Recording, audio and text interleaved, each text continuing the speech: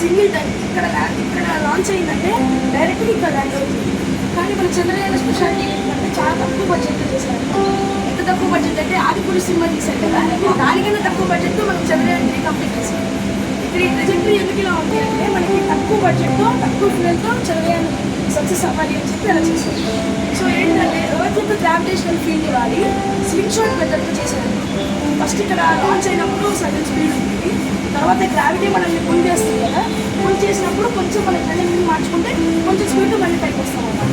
ఆ స్పీడ్ పెంచుకొని లాంచ్ అవుతుంది కదా.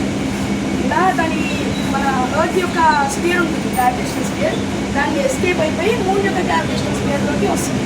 ఇది ఎప్పుడు జరుగుతుందంటే సర్టెన్ పీరియడ్ ఆఫ్ టైంలో జరుగుతుంది అనమాట. ఒక కరెక్ట్ టైంలో మన ఎర్త్ ఇంకా మూన్ యొక్క డిస్టెన్స్ చాలా తక్కువగా ఉంటుంది. అప్పుడు అది లాంచ్ అయిపోయి ఇక్కడికి వస్తుంది. అప్పుడు ఏం జరుగుతుందంటే మూన్ దగ్గర కూడా సేమ్ అదే మెనోవర్స్ చేసి స్పీడ్ అనేది తగ్గించేస్తుంది. స్పీడ్ తగ్గించుకొని ఎక్కడైతే అది ల్యాండ్ అవ్వాలో అక్కడ మాత్రమే ల్యాండ్ అయ్యేటట్టు చాలా ప్రిసిషన్గా చేస్తుంది. అసలు ఫస్ట్ మనకి అసలు చంద్రయాన్ 1 వాళ్ళు ఏం చేద్దాం అనుకున్నారంటే H2O కానీ O2 కానీ ఏమన్నా మన మూన్ సర్ఫేస్ మీద ఉన్నాయా అని తెలుసుకుందామని చేశారు. అది వర్కౌట్ అయింది.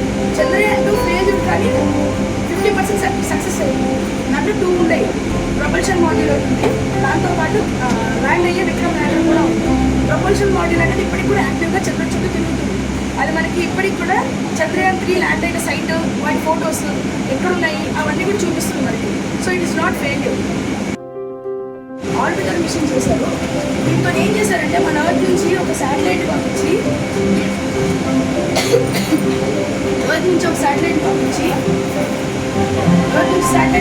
మార్స్ చుట్టూ తిరుగుదామని చూసారు.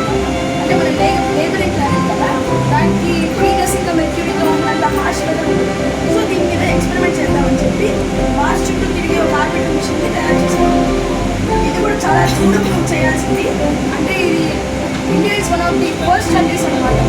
ఇప్పటిదాకా ఏ కంట్రీ కూడా చాలా తక్కువ కంట్రీస్ ఫస్ట్ టైంలోనే ఇంటర్ ప్లానెటరీ మిషన్స్ సక్సెస్ఫుల్గా చేయాలి. దాంట్లో ఇండియా కూడా తెలుసుకుందామని చేశారనమాట. సో బేసికల్గా ఏంటంటే ఇది మన ఎర్త్, ఇది మన సన్. మన ఎర్త్కి సన్కి మధ్యలో లింగరింగ్ పాయింట్ ఉంటుంది, ఎలమెంట్ పాయింట్. ఆ పాయింట్లో ఏంటంటే సన్ యొక్క గ్రావిటేషనల్ ఫీల్డ్ మన ఎర్త్ వల్ల గ్రావిటేషనల్ ఫీల్డ్ ఏదైతే ఉంటుందో అవి రెండు క్యాన్సిల్ అవుట్ అయిపోతుంది.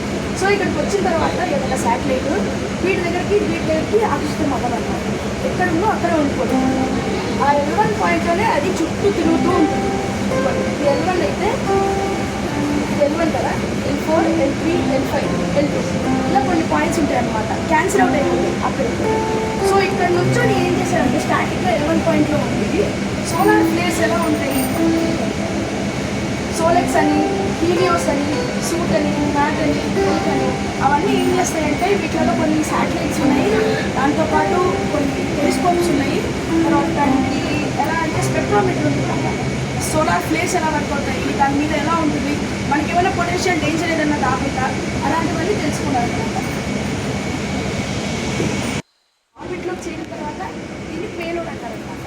పేలోడ్ లోపల మనకు కావాల్సిన శాటిలైట్స్ ఉంటాయి. పేలోడ్ ఫీడింగ్ అయిపోయిన తర్వాత లోపల నుంచి శాటిలైట్ స్పేస్లో లాంచ్ చేస్తుంది. ఇది ఎక్కడ లాంచ్ చేస్తుందంటే పోలార్ రీజియన్స్లో లాంచ్ చేస్తుంది.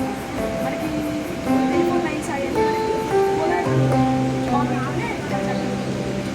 తర్వాత బాగా మనం జిఎస్ఎల్ సో మనకి ఈ పోలార్ శాటిలైట్ లాంచ్ ఏంటంటే పోలార్ ఆర్బిట్ అనేది చాలా దగ్గరగా ఉంటుంది. జియో శాటిలైట్కి వాడాల్సింది ఏంటంటే జియో ఆర్బిటర్.